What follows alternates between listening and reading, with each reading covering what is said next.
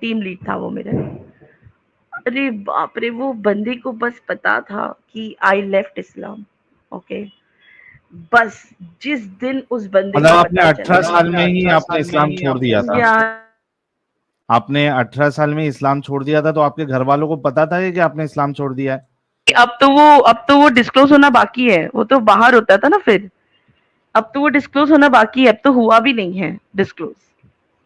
तो 19 is when मेरे घर में पता चला, बिकॉज मेरे 2-3 फोटोज जो थे वो उन्होंने देख लिए थे। ओके, और जिस तरीके से वो फोटो सामने आया, इट वाज नॉट गुड। तो डैड को कन्फ्रंट मुझे करना पड़ा कि हाँ, मैं कुछ ये सब नहीं करती और मैं करने भी नहीं वाली हूँ। तो उन्होंने मुझे सीधा सीधा बोला, बेटा तेरे रास्ते अलग, मेरे रास्ते, हमारे रास्ते अलग, तू आज से हमारे लिए मर गई। वो दिन है और आज का दिन है, आज 12 साल हो रहे हैं। आज भी मम्मी डैडी की बहुत याद आती है। और देखा तो नहीं है डैड को 12 साल से। खाली कोशिश की है 2-3 बार बर्थडे पे कॉल करने की इनिशियल इयर्स में, लेकिन उन्होंने फोन कट कर दिया है जब मैंने मेरा नाम लिया है, ये बोल के कि पता नहीं रॉन्ग नंबर है शायद। तो है वो एक दर्द, क्योंकि माँ बाप है, भले वो कैसे भी हो, आप उन्हें दिल से नहीं निकाल सकते। भले आप, उन्होंने आपके साथ कितना भी वर्स्ट किया होगा शायद, लेकिन माँ बाप तो, उनकी जगह बोलते हैं ना, दुनिया में कोई नहीं ले सकता और ना कभी लेगा मेरे लिए। तो यस, उनकी याद हमेशा है। अभी भी है, बहुत अच्छे से है। कभी मन होता है तो बहुत दूर से जाके ऐसा देख लेती हूँ, छुपे छुपाए, पूरा कवर करके अपने आप को। और समझ में आने नहीं देती कि मैं ही हूँ, ताकि बस देख सकूँ और खुश हो जाऊँ। इधर 1 मिनट मैं आपको रोकना चाहूंगा। ठीक। I mean, what kind of ideology is this यार? What kind of ideology is this? 18 साल की बच्ची है, वो इस्लाम उसको सही नहीं लग रहा है, वो फॉलो नहीं कर रही है, वो उससे बाहर आ गई है। 18 साल की बच्ची को ये कहना कि भाई तुम चूंकि अब इस्लाम नहीं फॉलो करती हो, तुम्हारे रास्ते अलग, हमारे रास्ते अलग, और वो फिर अपनी जिंदगी अलग गुजारे, और आप उसके साथ जो है वो अपना कोई भी रिश्ता कायम नहीं रखना चाहते हो। आई मीन यार, क्या पागलपन है यार। बच्चों के लिए तो एक इंसान अपनी जान दे देता है यार, और तुम ये फेक मजहब, इस कल्ट के लिए तुम्हारा वो जो 18 साल का जो प्यार है वो तुमने खत्म कर दिया एक कल्ट के लिए। अरे तुमको मानना है तुम मानो यार, तुम दिमागी अपंग रहो, तुमको मानना है, तुमको बेवकूफ रहना है, तुम रहो। लेकिन अगर तुम्हारा बच्चा नहीं मान रहा है तो तुम उससे सारे रिश्ते तोड़ दे रहे हो, और एक लड़की को तुम ऐसी छोड़ दे रहे हो कि जाओ जो करना है करो, हम तक नहीं आना। चलो, गुस्सा था, 1 साल गुस्सा, 2 साल गुस्सा, एटलीस्ट उसके बाद तो एक बाप का प्यार, एक माँ की जो ममता है वो जाग जाती है। चल ठीक है यार, नहीं मानना है मत मान, छोड़, तो अपने हिसाब से रहे, लेकिन हम तुमको छोड़ नहीं सकते, हमारा प्यार खत्म नहीं होगा। अब इनका 12 साल हो चुका है एंड स्टिल ये अगर कॉल कर रही है अपने वालिद को, अपने डैड को, तो वो बात तक नहीं करना चाहते। सीरियसली सीरियसली बहुत बहुत इसमें पागलपन है, और यही वजह है कि ये लोगों को पता नहीं होती है। जो लोग तारीफ करते हैं ना, बड़े बड़े लोग, वो यूपीएससी या आईएएस की जो कोचिंग देते हैं, वो बहुत इस्लाम की तारीफ करते हैं, कुछ लिब्रांडू तारीफ करते हैं, कुछ सिक्युलर तारीफ करने की कोशिश करते हैं। ये बड़ा प्यारा मजहब है, बड़ा अच्छा मजहब है। ओ भाई, ये है मजहब, ये ऐसा मजहब है जो इस्लाम को ना मानने पे तुम्हारे रिश्ते खत्म कर देता है, माँ की ममता खत्म, बाप का प्यार खत्म, रिश्ता खत्म। तो तुम किस इस हिसाब से इसको जो है ना वो बेस्ट कहते हो, जो रिश्ते तोड़ देता है उसको अगर ना माने तो? बहुत दुख हुआ नेहा जी की ये बात सुन के। I can understand her pain, लेकिन 12 साल से इस तरीके का मामला चलना, that is very sad. We are with you Neha ji. आप आगे बताइए कि क्या आप बताना चाहती है।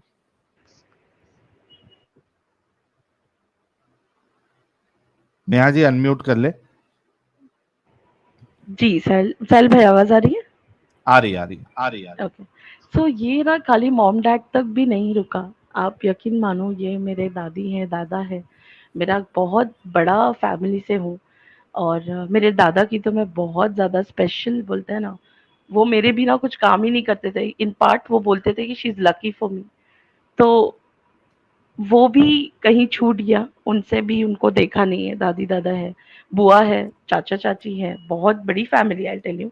और ये तो सब बहुत अच्छे से रहते हैं मिलकर, बट मैं छूट गई हूँ। बड़ी बहन है, बहुत छुप-छुपाए मुझसे बात करती है बेचारी। और जब बात करेगी तो वो सोच समझ के करती है कि कोई आस-पास ना हो, क्योंकि उसने एक बारी मेरा नाम निकाल लिया था तो उससे बात करना बंद कर दी थी। जबकि उन्होंने मुस्लिम में ही शादी की है, जो मेरे जीजू हैं। और टचवुड उनको 2 लड़के हैं।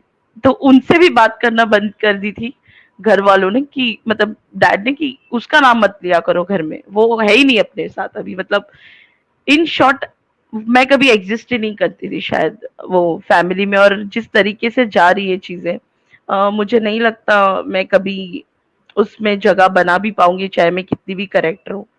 क्योंकि जहां तक मुझे पता चलता है, एक ही बार मुझे एक वॉइस कॉल आया था मेरी मॉम का। मुझे लगा वो पूछेंगी कि मैं कैसी हूँ और कैसे रह रही हूँ, बट अनफॉर्चुनेटली वो मुझे उस कॉल पे बद्दुआएं डाल रही थी कि अल्लाह तेरे साथ ऐसा करेगा, तू इसमें जाएगी, तेरा कभी खुशी नहीं होगी तुझे, मतलब वगैरह वगैरह। And it broke my heart, मतलब बहुत गंदे तरीके से। सिंस देन शायद मैंने उन्हें कभी इन टच करने की कोशिश नहीं की, और मैंने उधर ही सोचा कि अब खत्म नहीं, अब उनके रास्ते अलग हैं, अपने रास्ते अलग हैं। लाइफ में मूव ऑन करो, प्रूफ करके दिखाओ। और टचवुड, मतलब आई एम ब्लेस्ड बोलूंगी कहीं ना कहीं, शायद मैंने कभी गलत नहीं किया था लाइफ में। ह्यूमैनिटेरियन ग्राउंड पे मुझे लगता है कि मुझे जितने भी लोग मेरी लाइफ में मिले हैं, बहुत ही अमेजिंग मिले हैं, और वो स्टिल कैरी ऑन हो रहा है। I am working right now in a very good company. और मैं किसी रिलीजन को यहाँ पे प्रमोट नहीं करूंगी, because I am following up a religion right now which is great, and I am very happy with it. लेकिन हाँ, I am right now very much happy. एक है कहीं ना कहीं कि वो चीज नहीं है जिसकी बददुआएं मुझे अभी भी मिलती है जब किसी को पता चलता है तो। और काफी कुछ ऐसी चीजें हैं जो हुई है, लेकिन अब वो बोलते हैं ना, आपको इग्नोर करना पड़ेगा। आज भी किसी को अगर मैं बोल दूं ना कि हाँ मैं थी कभी मुस्लिम और मैंने अपने आप को चेंज किया, या मैं आई लेफ्ट इस्लाम, ओके, तो उनका मुंह जो है ना, वो पता नहीं किसकी टट्टी की तरह हो जाता है आज भी। जैसे पता नहीं, मुझे शायद राशन या गेहूं भी मेरे घर पे नहीं मिलना चाहिए, जैसे वही भरने आते हैं मेरा घर का राशन। और उनके पहले मुंह से यही निकलता है कि तुम तो जोजक में ही जाओगी। तो अब तक तो मैं नहीं गई हूँ, तो मुझे लगता है कि शायद आखिर तक भी नहीं जाऊंगी।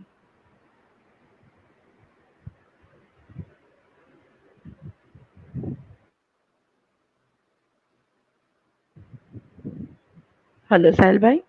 जी जी, सुन रहा हूँ मैं, आप बताते जाइए। ठीक है। तो ये तो एक फ्रेज था। ऑफिस के तौर पे अगर मैं बताऊं, तो ऑफिस के यहाँ पे भी मुझे काफी बैकस्लैश मिला है। अभी रिसेंट वाले नहीं, जब स्टार्टिंग में इनिशियली जब मैंने चेंज किया था, जब मुझे जवाब देना नहीं आता था। और जब आप स्टार्टिंग स्टार्टिंग में होते हो ना, मैं बता दूं, डर, अगर आप डर गए ना, ये आपको खा जाएंगे सच में। अगर आप डर गए तो, अगर आपने इनको उल्टा जवाब देना सीख लिया ना लाइफ में, आपने समझो सब कॉन्कर कर लिया। मुझे ये भी पता है आज इस वक्त पता नहीं कितनी वहां पे लड़कियां बहनें मुझे सुन रही होगी, और उन्हें लग रहा होगा कि ये डेयरिंग कैसे। ट्रस्ट मी, अगर आपके सोच और विचार अच्छे हो तो आप लाइफ में कुछ भी पॉसिबल कर सकते हो। ठीक है, आपको नहीं जरूरत है, अगर आपको वो कल्ट में नहीं रहना है, आप एक्सेप्ट कर लो। अगर फैमिली कन्विंस्ड हो जाती है तो ठीक है, अगर नहीं होती है तो फिर तो जो हाल, मतलब हाल तो नहीं बोलूंगी, टचवुड थोड़ा लाइफ के स्टार्टिंग फेज में मुझे तकलीफ हुई, like 4 5 5 years I would say, बहुत स्ट्रगल किया है लाइफ में। लेकिन after that 5 years it was good, amazing. और अभी भी काफी चीजें नया नया सीख रही हूँ। तो मैंने बीच में भी सवाल किया था कि, मतलब मेरे को अभी भी सवाल आते हैं और अभी भी मैं सोचती रहती हूँ। एक्स मुस्लिम नेहा रखने का जो मेरा मकसद था, it was I changed when मैंने साहिल भाई का इंटरव्यू देखा। On NDTV. तब जाके मुझे लगा कि अरे मतलब इन मौलाना को प्रॉब्लम है एक्स मुस्लिम रखने से, राइट? तो क्यों ना रखा जाए, इनको होने दो प्रॉब्लम।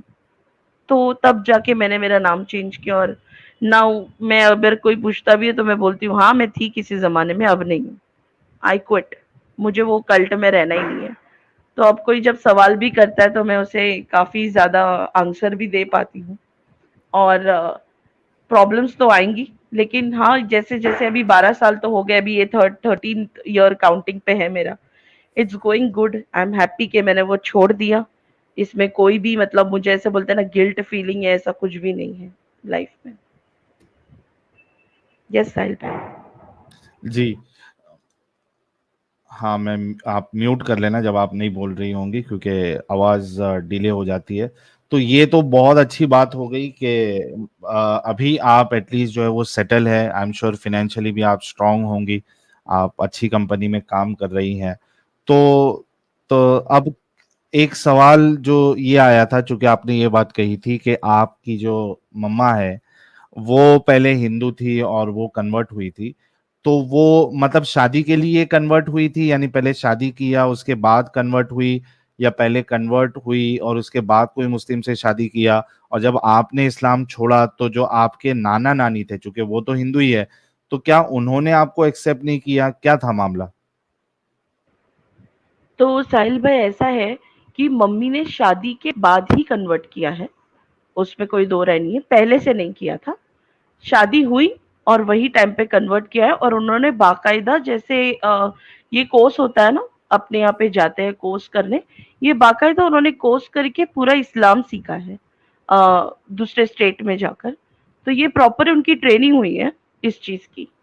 जो वहाँ की लेडीज थी, वुजू कैसे करना है, दुपट्टा कैसे बांधते हैं, नमाज कैसे पढ़ते हैं, कुरान कैसे पढ़ते हैं, ये बाकायदा उन्होंने आफ्टर शी गॉट मैरिड तब उन्होंने किया है। नानी नाना टचवुड अभी भी हिंदू है। और अगेन वो तो इतनी बड़ी परिवार है, वो तो कन्वर्ट तो होने से रहे। हम लोग जाते थे पूजा पाठ में, ऑफ कोर्स वहां पर भी कभी जब फंक्शन आता है गणपति वगैरह ना, उस चीज में बड़े लिबरल है हमारे घर वाले। लेकिन हाँ, आने के बाद मेरे डैड नहीं आते थे, मॉम जाती थी क्योंकि माँ बाप का घर है, वो भी काफी टाइम बाद। उसके बाद हम जब थोड़ा सा समझने लगे ना तो हमारा भी जाना आना बंद कर दिया गया। इनफैक्ट 2000 आई वुड से 15 या 16 लास्ट कांटेक्ट हुआ था मेरे मामा मामी के साथ। तो उन्होंने बोला था कि बेटा आज फोन किया आइंदा से नहीं करना, क्योंकि घर पे पता चलता है तो यहाँ पे भी झगड़ा होने लगता है। तो इसलिए फिर उनसे भी कांटेक्ट करना मैंने बंद कर दिया सहल भाई। हाँ, म्यूट कर ले आप।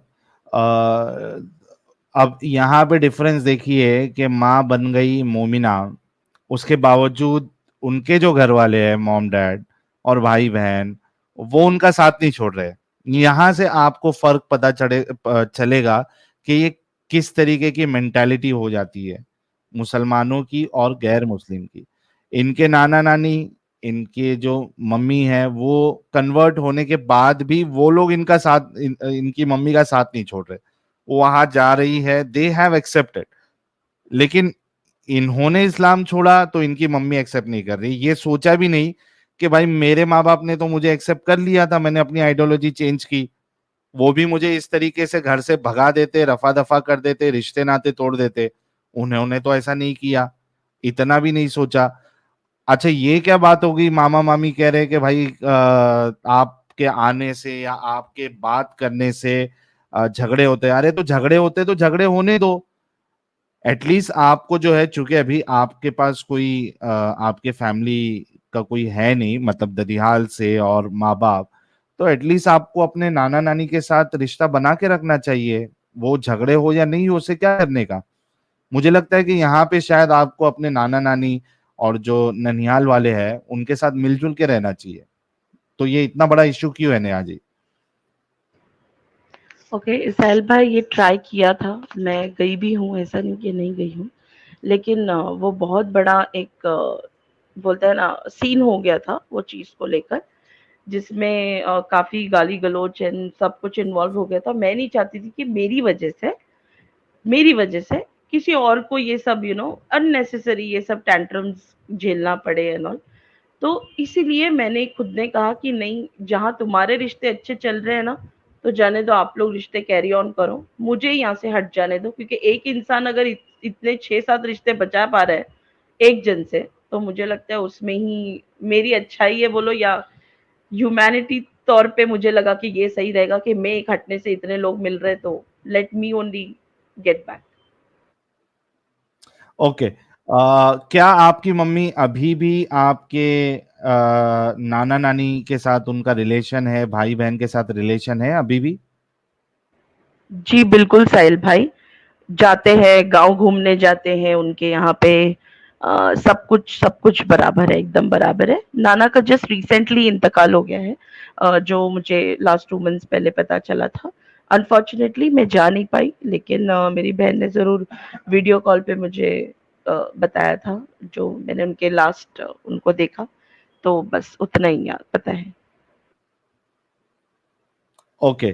तो अब जब से आप चैनल देख रही हैं, आई एम श्योर कि वो 18 साल में आपको इतनी सारी चीजें समझ में नहीं आई होगी इस्लाम के बारे में।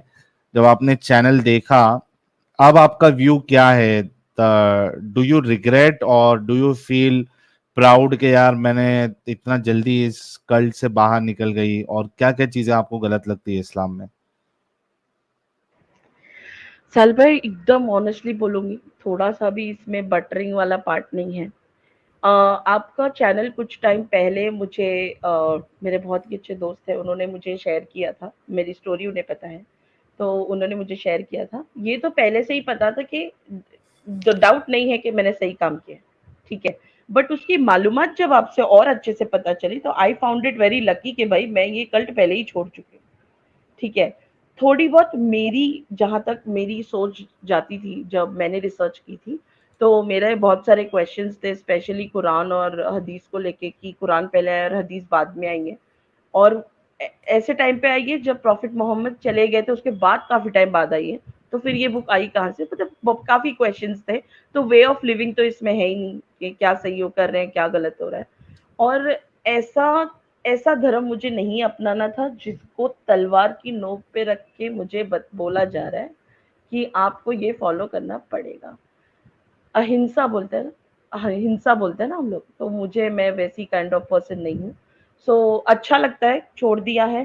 चेंजेस ये है कि अभी मैं इतनी कॉन्फिडेंट हो गई हूँ कि I know how to counter part people when they ask question. So अभी तो एकदम बेधड़क, एकदम बिंदास होके बोलती हूँ कि I made a right choice at a right time.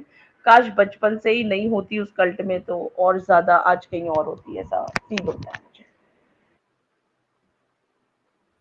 Thank you. तो ये तो बहुत अच्छी बात है कि नेहा जी जो है वो इस कल से बहुत जल्दी निकल गई। और दुख की बात यह है कि इनके घर वालों ने इनको इसी तरीके से एक्सेप्ट नहीं किया और कई सारी परेशानियां इनको झेलनी पड़ी। और वो एक एम्प्टीनेस जो होता है कि आपके घर वाले आपके साथ नहीं है, मुझे नहीं लगता कि ये एम्प्टीनेस कोई भी दूर कर सकता है, क्योंकि जो घर वाले होते हैं वो घर वाले होते हैं। उनकी जगह जो है दुनिया में कोई भी नहीं ले सकता, और ये सबसे बड़ा प्रॉब्लम है। अक्सर एक्स मुस्लिम्स को जो है ये चीज झेलनी पड़ती है कि घर वाले उनका साथ छोड़ देते हैं। और वो दुख और दर्द जो है वो हमेशा दिल में रहता है कि यार अ, ये वाली कमी जो है वो कौन पूरी करेगा? बाकी सारी चीजें तो आपको, पैसा है, पार्टनर है, या जॉब है, या बाकी चीज है, वो सारी चीजें तो आपको मिल सकती है, लेकिन घर वाले कहाँ से मिलेंगे अगर वो आपका साथ इस तरीके से छोड़ दे? तो बहुत दुख की बात है। और हमारी कोशिश तो यही है कि भाई ये चीज को नॉर्मल किया जाए, और ये बताया जाए मोमिनों को कि भाई अगर आपके घर से आपका बच्चा या आपके परिवार वाले को इस्लाम छोड़ भी देते हैं, तो इतना तुम लोगों को सीरियस लेने की क्या जरूरत है? उनका जो हाल है, अगर वो गलत है और तुम्हारे हिसाब से अल्लाह सही है, तो वो देख लेगा ना। तुमको क्या करना है? तुम अपना रिश्ता क्यों खराब कर रहे हो? थोड़ा तो दिमाग लगाओ कि ये कैसे, ये मजहब अच्छा हो सकता है जो आपके रिश्तों को तोड़ देता है। बाकी लोग तो ऐसा नहीं करते, बाकी रिलीजन वाले तो ऐसा नहीं करते कि घर वालों ने कोई दूसरा मजहब इख्तियार कर लिया, या फिर वो उन्होंने भगवान को या जो भी गॉड को वो मानते थे घर वाले, वो छोड़ दिया। वो लोग तो नहीं छोड़ते यार, तुम लोगों के अंदर ये पागलपन क्यों है? तो उसकी वजह जो है वो इस्लाम है। उसकी वजह जो है हमारे प्यारे से बेस्ट रोल मॉडल है, जिनकी टीचिंग ही इस तरीके की है कि आपने रिश्ते को अहमियत नहीं देना है, आपने इस्लाम को अहमियत देना है। इसके लिए और इतने शातिर थे बेस्ट रोल मॉडल, उन्होंने जिस तरीके से इसको पूरा डिजाइन किया इस कल्ट को, वो मानना पड़ेगा। यानी वो दिमाग को इस तरीके से कैप्चर करना, उस पे हावी हो जाना कि भाई आदमी सोचता ही नहीं है। इस तरीके से इसको डिजाइन किया। क्या कह दिया? ला युमिनु अहदुकुम हत्ता अकूना अहब्बा इलैहि मिन वालिदिही व वलदिही वन नासी अजमईन। तुम हरगिज मोमिन हो ही नहीं सकते यहां तक कि मैं तुम्हारे नजदीक, तुम्हारे तुम्हारे तुम्हारे माँ बाप, तुम्हारी औलाद, तुम्हारा माल और दुनिया के सारी चीजों से, सारे लोगों से मैं महबूब ना हो जाऊं। यानी आपने रिश्तों की अहमियत नहीं रखना है। आपके मैं जो जिस घर में मैं पैदा हुई हूँ, तो मेरी मॉम जो थी, शी वाज हिंदू, ब्राह्मण फैमिली से। और क्योंकि मेरे नानी नाना सब हिंदू ही थे। मेरे डैड मुस्लिम हैं, और उन्होंने मेरे मॉम से शादी करने के बाद ऑफ कोर्स मेरी मॉम जो है वो कन्वर्टेड इनटू इस्लाम हो गई। और शायद बचपन से लेके जब मैं अपना, मतलब मैं बचपन अपना जब देखती हूँ अभी और तब का, तो मुझे एक डिफरेंस और एक मेंटालिटी में एक वास्ट डिफरेंस समझ में आता है। क्योंकि हमारी जो फैमिली है, तो ये होता है ना, हन्नफई है, शाफई है, 24 है, ये है, तो हम 24 थे। तो डैड हमें मज़ार वगैरह पे जाने के लिए हमेशा मना करते थे। लाइक हम दरगाह वगैरह नहीं जाते। तो उन्हें वो धागा बाँधना, ये सारी चीज़ें बिल्कुल पसंद नहीं थी। तो उतना हमें समझ में आता था कि वहाँ नहीं जाते, बट क्यों नहीं जाते उसका एक्सप्लेनेशन नहीं था। और ऑफ कोर्स कोई सवाल पूछो तो जैसे आपको पता है वो कभी करेक्ट नहीं मिलता। तो हमने जो बोल दिया वो बोल दिया वाला हिसाब था। टिल द टाइम जब मैं आई थिंक अपने में जो सुन्नत होता है कि एक बार 7 साल की उम्र हो गई तो कुरान पढ़ना ही चाहिए, नमाज पढ़ना ही चाहिए, वो अपने पे फ़र्ज़ हो जाती है। तो उसी तरीके से मेरी जर्नी भी शुरू हुई। बचपन से तो वो अलीफ, बे, ते का पारा थमा देते हैं, लेकिन वो क्यों पढ़ना है, क्या पढ़ना है, वो टाइम पे समझ नहीं होती। बस पता है आपको अल्लाह के सिवा कोई माबूद नहीं बोल के आप शुरू हो जाते हो।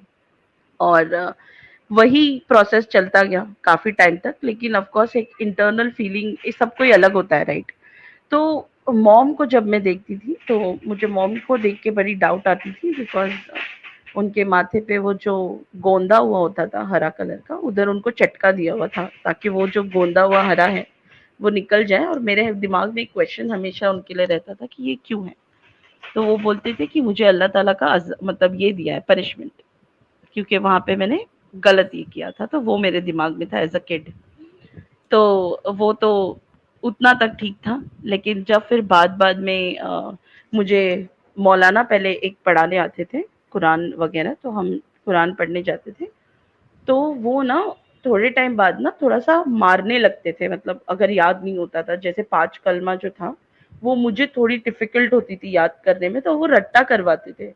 मतलब तोता होता है ना कि ये पढ़ो, यही प्रॉब्लम है, ये पढ़ो, ये सीखो। मतलब उसका मायने आपको पता नहीं होता, उसका मीनिंग क्या है, उसका हाथ-पैर क्या है, कुछ नहीं पता है आपको।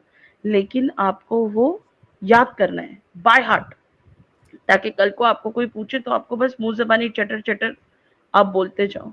तो 2-3 दिन आई थिंक हो गए थे, तीसरे दिन और मुझे 4th डे बहुत गुस्सा आया, तो मैंने वो मौलाना को ही मार दिया था। वो जो हमारा जो कुरान रखने वाली ये होती है ना, उसको ही लेके मैंने उनको मार दिया था। तो उन्होंने आना बंद कर दिया दूसरे दिन से और बोले मेरे डैड को कि मैं इसे नहीं पढ़ाऊँगा। एंड देन मेरी दादी ने शुरू किया हमें पढ़ाना। अगेन वो स्टार्टिंग फ्रेज़ था अम्मा पारा, then Quran and stuff like that. तो हमारा घर का थोड़ा-सा बैकग्राउंड बता दूँ कि हम ना थोड़े से मॉडर्न हैं, हमारे घर में कोई ऐसे बुर्का-विर्का का ऐसे कुछ रिस्ट्रिक्शंस नहीं है, पर्दा का रिस्ट्रिक्शंस नहीं है। काफ़ी कुछ चीज़ों में ओपन माइंडेड फैमिली है। हदीस हमने ज़्यादा पढ़ी नहीं क्योंकि हमको हमेशा हदीस से थोड़ा दूर रखा गया। आई थिंक बिकॉज़ दे सबको घर में पता था द रीज़न व्हाई, या उन्हें ही नहीं पढ़ना था उस चीज़ को। But Quran was something very much close. बोलते हैं ना कुछ अच्छी चीज़ जो लेनी थी ना, वही हमको बार-बार रिपीट की जाती थी। जहाँ तक अभी मैं समझती हूँ कुरान को कि उसमें और भी काफ़ी कुछ है। वो 4-5 एक रिपीटेड चीज़ होती थी कि ये ऐसा होगा, वैसा करोगे तो ऐसा होगा, बैठने की दुआ, उठने की दुआ, सब तरीके, चप्पल पहनने की दुआ। तो ये सब तो बेसिक हमको मतलब सिखाया था। बट देन इवेंचुअली जब मैं थोड़ा बहुत कुछ समझ पाई, तो मुझे लगा नहीं यार, लाइक ऐसा क्यों है? ये तो मतलब गलत है ना, मतलब ये ऐसा नहीं होना चाहिए। तो मैं बहुत क्वेश्चन करती थी क्योंकि मैं छोटी थी घर में, और मेरी बड़ी बहन तो मतलब वो जैसे-तैसे जो बोलते थे वो फॉलो करते थे। बट मुझे थोड़ी-सी ना डिफ़िकल्ट थी क्योंकि मैं स्कूल जाती थी। मैं तभी वो टाइम पे मेरे को डांस का बड़ा शौक था। तो जैसे पता है कि dance is not allowed, but still मैं करती थी क्योंकि मुझे पसंद था। और घर में डैड और मॉम इस मामले में सपोर्टिव थे कि नहीं वो करती है तो उसे करने दो, जबकि दादी-दादा का प्रेशर था कि ये मत करने दो। तो एक टाइम आया जब किसी ने मुझे देखा और ऑफर किया एक एड में काम करने के लिए।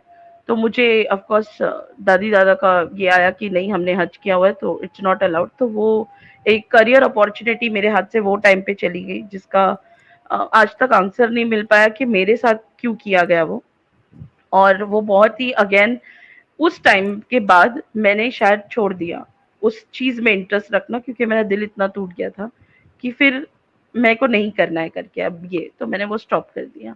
उसके बाद भी रिस्ट्रिक्शंस, जैसे 5 टाइम तो नमाज़ was compulsory in the house. अगर आपकी नमाज़ें छूट गई है, तो आप रिटर्न आओ, पढ़ो, और जो आपको सोना है सो जाओ, लेकिन आपको पढ़ना है। आप कितना भी थक कर आओ, कुछ भी आपको, वो रिस्ट्रिक्टेड था, वो आपको करना है। आप नमाज़ नहीं छोड़ सकते, भले कज़ा हो जाए, लेकिन आपको पढ़ना है। उसके बाद जब थोड़ा-सा, जब हम मैच्योर इनफ हो गए जैसे, तो उसके बाद थोड़ा-थोड़ा बहुत चीज़ें जो है हमको बताई गई। जैसे कि जैसे हम लोग को लालच देते हैं ना, तो मुझे अभी भी याद है, कुरान अगर हम ख़त्म करते थे, हमारा कॉम्पिटिशन लगता था बहनों के साथ कि आपको कुरान ख़त्म करना है, ठीक है? तो हम लोग की कॉम्पिटिशन लगती थी बहनों की कि रमज़ान में जो है ज़्यादा कुरान कौन ख़त्म करेगा पूरे 30 पारे। तो हम लोग 2-3 बार ऐसे कर लेते थे, दिन-रात पढ़-पढ़ के, लेकिन अभी भी मायने पता नहीं थे। खाली ये पता था कि वो एक स्टोरी है और वो अरबी में पढ़ी जाती थी। तो बस एक रट्टे पोपट की तरह जितना मैं जानती हूँ वही पढ़ते थे। और अभी भी मैं गारंटी देती हूँ, अगर मैं पूछ लूँगी घर पे की बहनों से, तो मुझे नहीं लगता किसी को इसका आंसर पता होगा कि उसमें पूरा क्या लिखा हुआ है, ठीक है? तो वो होती है ना, जो 5 अच्छी चीज़ें हैं उसमें से उठा लो और बाकी सबको इग्नोर करो। आई थिंक वही वाला मेंटालिटी फॉलो किया है, क्योंकि मुझे याद है जहाँ से मैं आती हूँ, हम भी एक कन्वर्टेड मुस्लिम ही होंगे कोई टाइम पे, बिकॉज़ हमारा जो गाँव है मुंबई से बहुत नज़दीक में है और वो बहुत ही एक फेमस प्लेस है। तो वहाँ से जितने भी लोग हैं इतना पता है, क्योंकि मैंने मेरे डैड को सुना है ये बोलते हुए कि हम लोग सारे कन्वर्टेड ही हैं। हमारे जो पूर्वज थे, they were all Hindus kind of. तो इतना तो पता था कि हम लोग कन्वर्टेड है वो टाइम से। उसके बाद लेकिन फिर भी देखो, कभी एक्सेप्ट नहीं किया है 4 लोगों के सामने कि नहीं ये गलत है, तो बोलते हैं ना एक स्टैंड होता है, क्योंकि उन्हें पता है कहीं न कहीं अगर हम जिस समाज में रहते हैं ना, अगर हमने वो चीज़ छोड़ी ना, तो हमको शायद ना हमारे को कोई भी पूछेगा नहीं, वो होता है। और वो मैंने एक्सपीरियंस अपनी लाइफ में किया है, बहुत अच्छे तरीके से।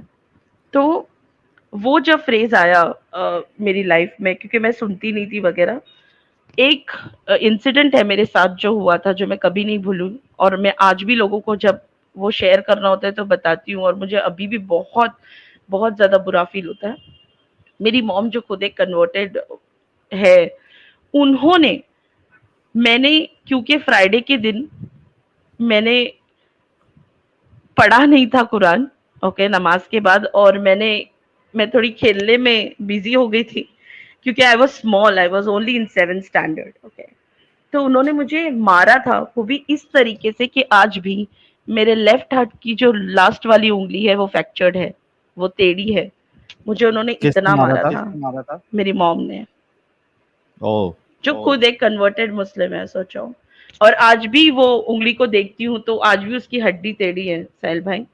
और इतना फील होता है ना, आज भी याद करो तो बहुत तकलीफ होती है वो बात को याद करके, कि एक चीज के लिए, अब वो मुझे अच्छे से भी समझा सकते थे वो चीज को, लेकिन नहीं, उन्होंने वो चीज प्रेफर किया, क्योंकि आपके एक बार ये चीज दिमाग में ऐसे बैठ जाती है ना पागलों की तरह, ये जो मैं आपके वीडियोस पे भी, ये जो पागल आ जाते हैं ना, फिर इनका इलाज नहीं होता, क्योंकि ये मेंटली डिस्टर्ब हो जाते हैं ये चीजों से, तो इसका इलाज नहीं है।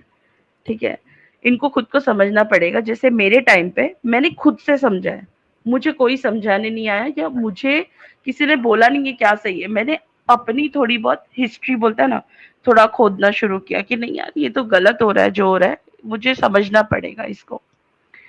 और ये सीन होने के बाद मैं और ज्यादा हटती गई इन चीजों से, कि ये ऐसा क्या चीज है जो इतना रिस्ट्रिक्टेड है, क्योंकि समझ में तो तब भी नहीं आ रहा था, बस रट्टा पोपट की तरह पढ़ रहे थे।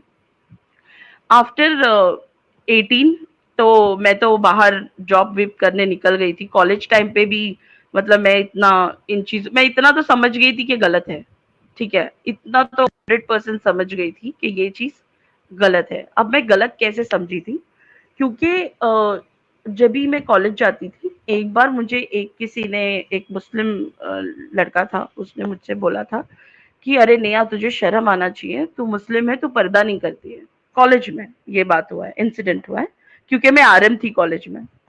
तो जब ये इंसिडेंट हुआ, मैंने उससे बोला हाँ मेरे घर में कोई नहीं पहनता है, तो ही स्टार्टेड कि तुम लोग जोजक में जाओगे, तुम्हारी इबादत करके कोई मतलब नहीं है, एंड फलाना ढिमकाना। मैंने बोला ठीक है, मेरा ईमान मेरे पास, तेरा ईमान तेरे पास, इतना ही बोला उसे मैंने। और क्योंकि मुझे नहीं लगा कि वो टाइम पे उससे कुछ आर्ग्यूमेंट करना चाहिए जिसके बारे में इतना ये नहीं है, तो मैं इग्नोर किया।